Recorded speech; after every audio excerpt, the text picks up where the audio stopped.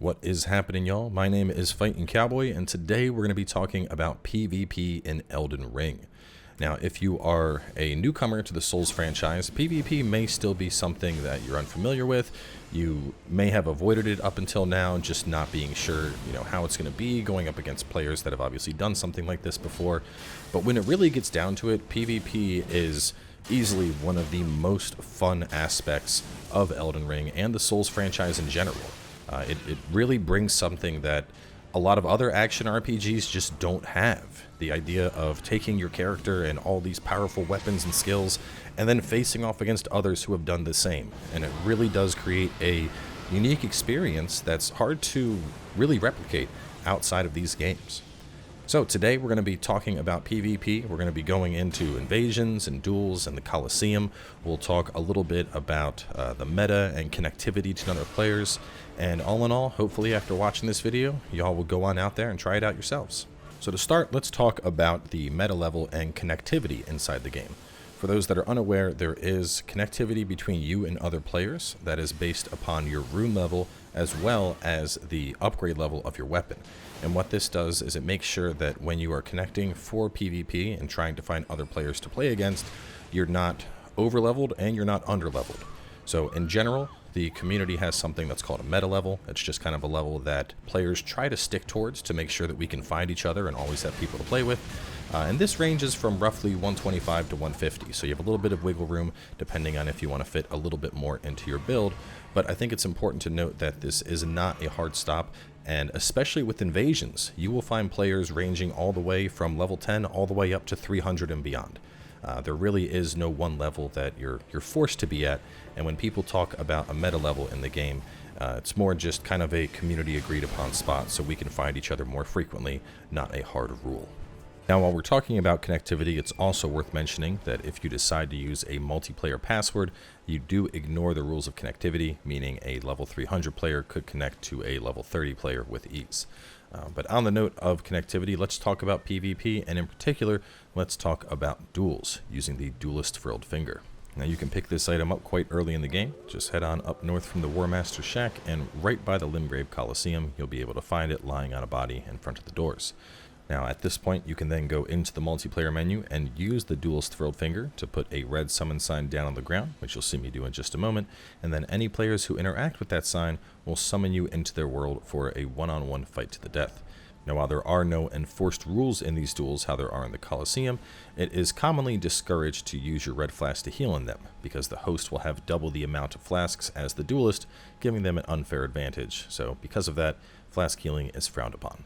Now, while you can use the Duelist Furled Finger wherever you want, one of the most common locations is over here at the main Academy Gate Grace in the Lakes of Liurnia. This is a very popular spot for duelists simply because it is a large, flat, and round area. So if you don't want to do duels in the Colosseum, this is a decent spot to find other people to go up against. And once you get over here, you would either use your fur-crawling finger remedy to find red signs on the ground, or alternatively, you would put down the sign yourself and wait for somebody to pick it on up. Now, before we move on to invasions, I briefly want to touch on co-op, as co-op is what opens you up to invasions. Now, for those unaware, when you have a fur-calling finger remedy active, the first time you use it, it will then display any summon signs that are on the ground. Now, you'll find either gold signs, which are left by a tarnished furled finger, or the red signs that are left by the duelist furled finger. Players can also use the small red effigy or the small golden effigy to send their signs to a nearby summoning pool, which is this little object you see right here. Typically, you will find clusters of signs on the ground around these, giving you opportunities for either duels or for cooperative play. In addition to that, just to touch on some other things in the multiplayer menu, we have the blue cipher ring and the white cipher ring. These are both purchased from the Twin Husks Maiden over at Round Table Hold, and the white cipher ring in particular is intended for players that don't really feel comfortable with PvP. When you're doing co-op, you effectively flick a switch that opens you up to invasions. There's no way for you to just play with a friend and not have the potential of invasions happening. But by using the white cipher ring, you make it so that even though you and your friend may not be comfortable with PvP, if you do get invaded, this will send out a call for help and summon a blue phantom who will come on into the world to assist you. Alternatively, players have the option to put on the blue cipher ring themselves, and this will essentially make them a protector or a hunter, who will then answer the calls of the white cipher rings and try to defend those hosts from reds. Just to show an example of this, in this clip here, I have gotten invaded by a red player. I also have the white safer ring active. Now, as you can see, while it took a second, now it says Hunter Elena has been summoned, and this signifies that a blue has now been summoned into this world to help me fight off this red invader. With the blue now arriving over to the fight, the tides have turned, and it is now a 2 versus 1, which will more than likely end poorly for the red. After vanquishing the invader, the blue receives a notification saying that the job is done, and at that point he'll return on over to his own world.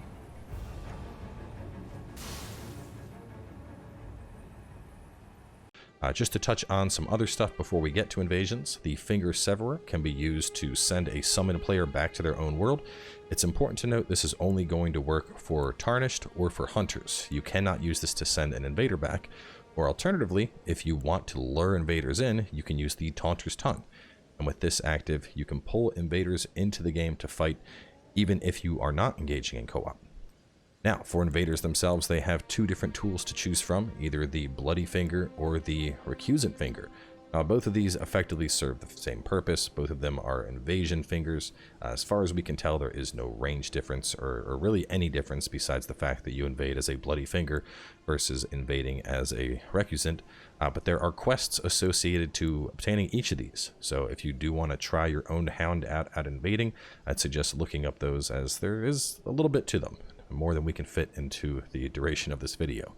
But on the note of invasions are definitely one of the more unique things about Elden Ring and the Souls games in general. And so to best showcase those, I have brought in our resident invasion expert, a long-standing member of the community, Peeve.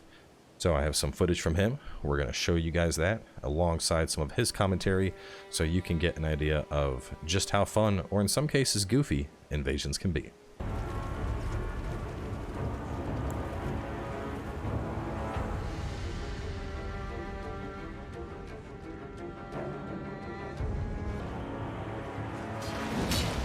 Maybe that bush, yeah.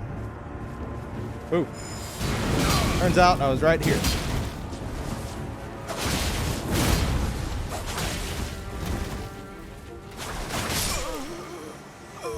Okay, Chad. Let's try this again.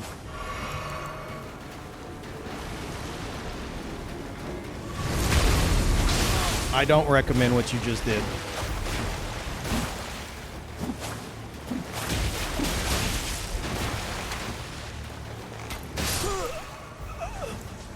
Maybe next time.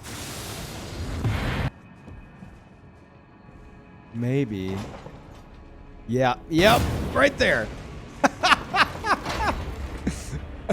Yes. Guys, get away from the balcony. It is not safe. Don't go there either. I don't recommend that. No. Stay away from these ledges. Please. It's for your own safety. Come on, guys. Okay, let's go up and say hello. Hey! Hey.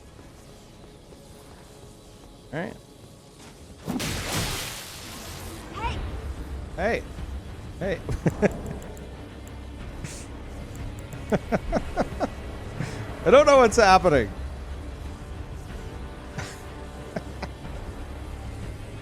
I don't think I have that gesture, guys. I can't do. This is the best I got. That's the best I can do. I'm sorry. Can I join your club? Come on, let's go. Look, I'll guide you. I'll escort you guys. Summon another cooperator. Fantastic. This can only go well. Hello. Hey! Hey! Same voice. Okay, now everybody against me, right?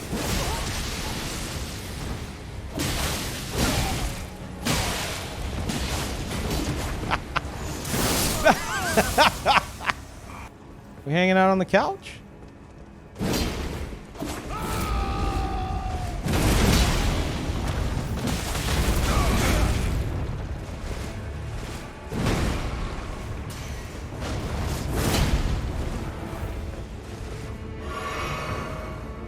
I want to jump on the couch.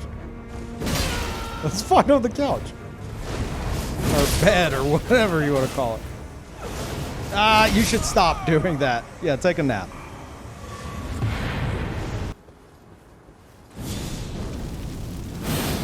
Fine. Fine. Oh. Yeah? You think you got the shot from way over there? I don't know that you do, friend. Actually, quite the contrary. You guys have to come to me. Hey! You'll be fine. Just hop across the very sketchy branches. I'll wait here. Uh-huh. Hi. Yeah, I see you. Hey!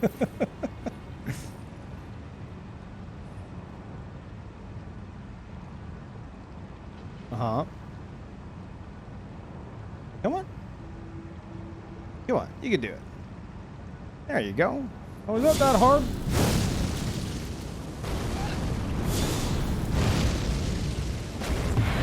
Now, as you can see, invasions are quite a mixed bag, but maybe you want some more structured PvP, and that is where the newly added Colosseums come on into play. We have 3 Colosseums in the game right now: the Royal Colosseum in the capital, the Limgrave Colosseum, which is in Limgrave, and then the Caelid Colosseum over in Caelid. Now, briefly, just to talk about how to reach each of these, the Royal Colosseum is right here in the capital. All you really have to do to get on over here is just follow this path from the center of the capital. You will make your way up this platform as if you were heading on up to the Erdtree Sanctuary, but instead, right around here, you can veer on off and then climb your way on up into the Royal Colosseum. And you can do this both early or later in the game, so the state of the capital does not impact your ability to reach the Colosseum. Now, as for the Caelid Colosseum, this one is actually a little bit harder to reach because to access it, you have to go underground first. So, over from the Shifra Riverwell, you would make your way on over to the Below the Well Grace, and then right here is an elevator that you can take on up, and then you can follow this path all the way on up north until you reach the Caelid Colosseum, at which point you can then approach it and enter it similar to how we just did with the Royal one.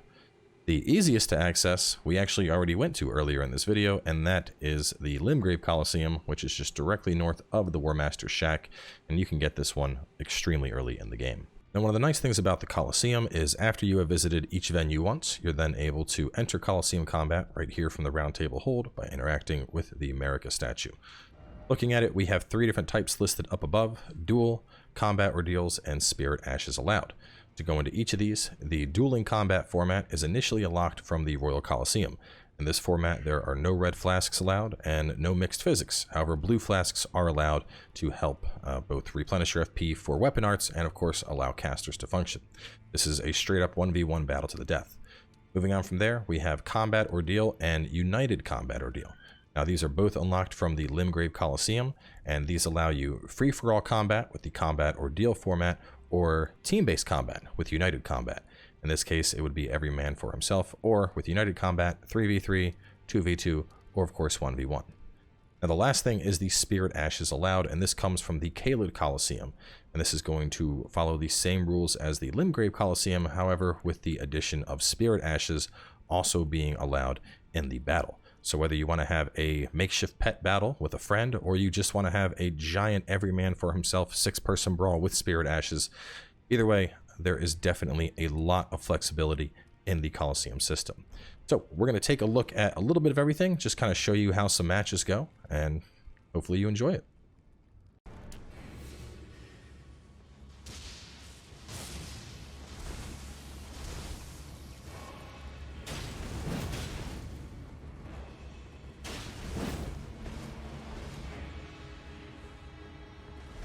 He's got the sword. I can go through my shield.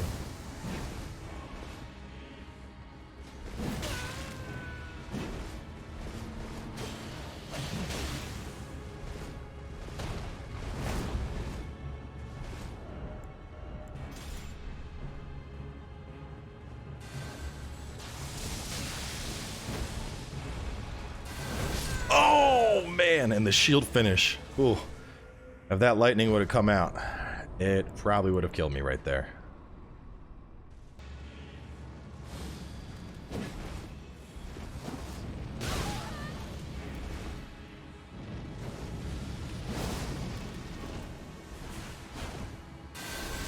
I'm just gonna back up. Oh, big hit there though.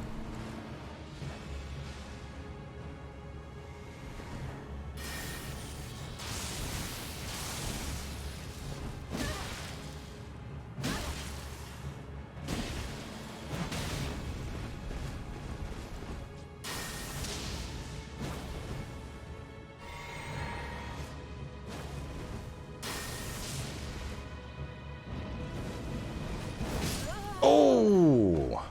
And the flaming strike takes the win. Oh!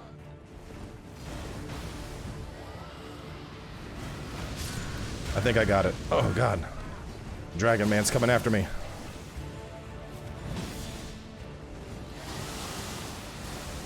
Oh god.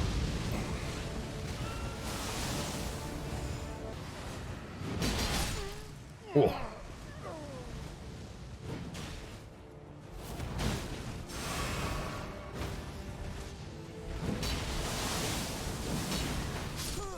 There we go. Rack up those eliminations.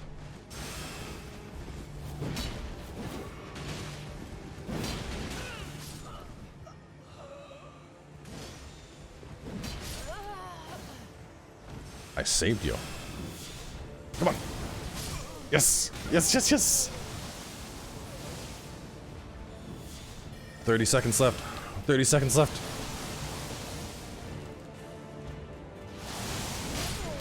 Oh!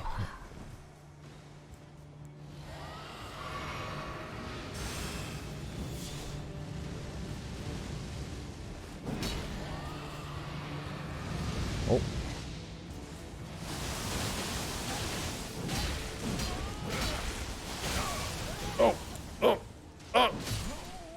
Oh, cease combat.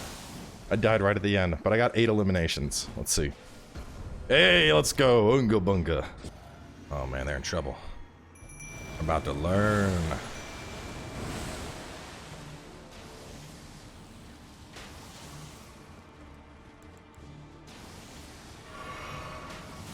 Power of the Dragon Lord.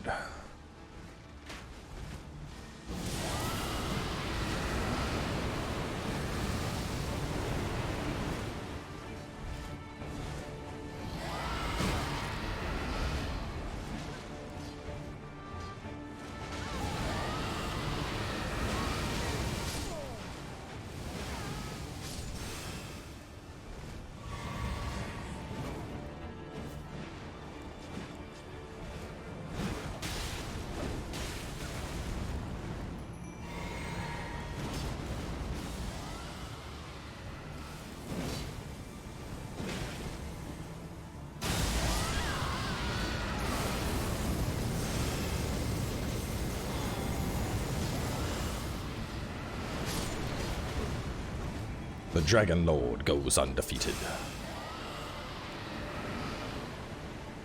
This is honestly like one of my dirtiest setups, because you have the oh no, no, no. Anyway, you have the mimic casting Dragon Breath and you casting Dragon Breath, and oh boy, it gets rough. He is going to get absolutely decimated, like right there. Oh, and you're also paying attention to my teammate? That's not a smart play. Oh, man.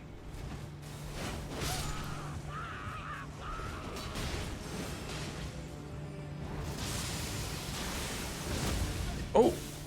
I passed the vigor check. Oh, you got the magic off, but at what cost? Oh, God, I'm not paying attention.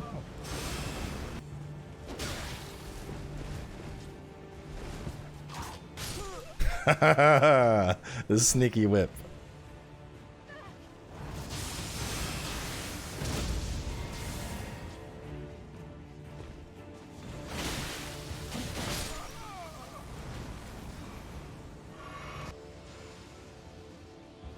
Yeah, that just made you weaker to lightning. Not the play. Not the play at all.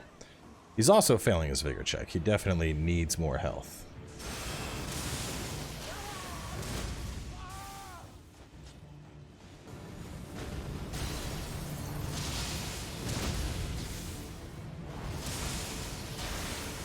Oh! Oh, what did he have up? He had up something that prevented it. Oh, no, I think it was just the end of combat. Well, I think we know who the supreme combatant is with this one. That is right, ladies and gentlemen. Thunder Thrusts is going to take it. So to close things on out, I'd like to say that hopefully after watching this, if you were a little hesitant on PvP, I hope that you decide to try it on out. Because whether you are dueling, invading, or jumping into the Coliseum, PvP is definitely a absolutely fantastic part of Elden Ring and Souls games in general. And, you know, I think this video was a fantastic showcase of the variety of builds you're going to come across. Anything that you can think up of in your mind, you can use it in that arena.